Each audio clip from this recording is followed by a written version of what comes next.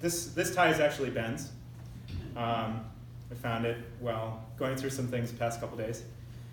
I also found our second favorite keyboard, the manual typewriter. And so I wrote this out on, I didn't even find the right paper, but the ribbon needed a little bit of help. So if I pause a little bit, it's probably not because I'm being emotional. I'm probably trying to make out the words. So yeah, I was born in 1978. Dorothy was 62 at the time. I don't know when my first visit to Southern California happened, but I do remember that it was at a time when stewardesses on airplanes escorted young kids like me to the cockpit to get a personal tour and receive their wings. Metal pins with the insignia of the airline. My parents took me almost annually because both sets of grandparents were in the area. We'd go to Disneyland, miniature golf courses, and other kid-friendly locations. Those were the things I remembered, of course. But my memories of Dorothy and Ben's house, they were much more visceral.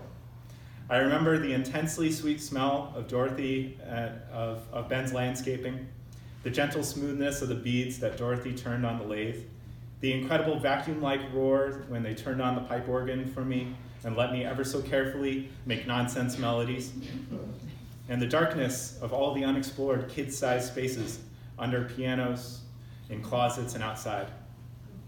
Things with Dorothy and Ben were serious, though. Elbows off the table, conversation was for the adults. I was the only kid of her only kid. They moved to Montague at the same time my parents separated. Family vacations to California stopped.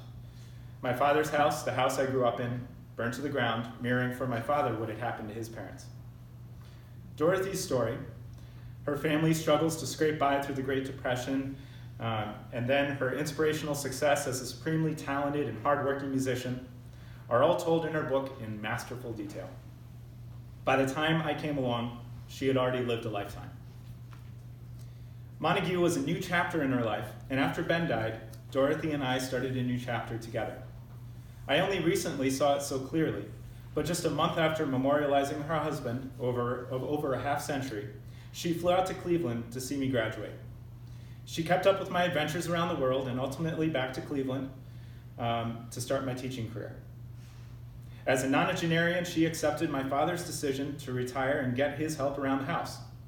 They rediscovered each other, sharing stories from a life spent mostly on opposite coasts. Don and Dorothy formed a closer bond than they had while he was in his formative years. It was a relationship that ultimately saw mother once more taking care of son. And in August of 2013, it was too much for her, and she called me in the middle of the night so I could figure out what to do. Losing Don a few years later was harder on her than losing her brothers, parents, extended family, friends, or even Ben. But to the surprise of a few folks, Dorothy and I grew to form a closer and closer bond. She kept up with me and followed my career moves as I kept up with her life. We grew to become family. I was able to visit quite a few times as an adult, from visiting over the holidays to taking my own family vacations and stopping by Montague on the way to or from other West Coast destinations. Dorothy got to know my now wife Danita and son Joshua, accepting them immediately into her circle, and is proud to hear of their accomplishments as mine. With Pat Herning's gracious guidance, she attended my wedding. I was able to attend her 100th birthday celebration.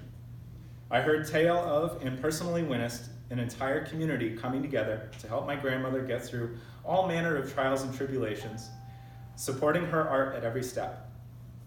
From a distance, I remained confident for years that Dorothy was well cared for despite living alone for so long. Help came from neighbors, Grace, the Sears, the Kittles, members of the bell choir, the churches, and dozens more who would lend a hand reflexively rather than through any feeling of obligation or pity.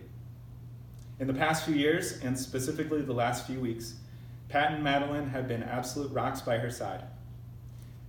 In our increasingly frequent conversations, Dorothy would glow about all of their love, kindness, and hard work. And I can't thank them enough for all that they have done and continue to do. I love you. Despite having only one grandchild, Dorothy truly had an enormous family. As incredible a community as Montague, Wairika, and the entire valley is, I'm convinced that it was Dorothy's indomitable spirit and passion for the arts that brought out the best in everyone. I have so many stories of her wit and outlook, but these would be better told by the other folks here today, who in the interest of having a nice program, as Dorothy would say, might attempt to be more concise than I have been, with the exception of one story. When we were here this past January, as a family, we had a special trip planned. Danita reminded me yesterday that Dorothy was willing to head out to Shasta with us. It didn't matter that she was closer to 103 than 102, or that it was snowy or a long drive. She bundled up and out we went. As Danita said, it seems to me we stop living when we dismiss opportunities. I think Dorothy lived her whole life. For me and my family, Danita, Josh, and my mother Alice, thank you so much, and I love you, Grandma.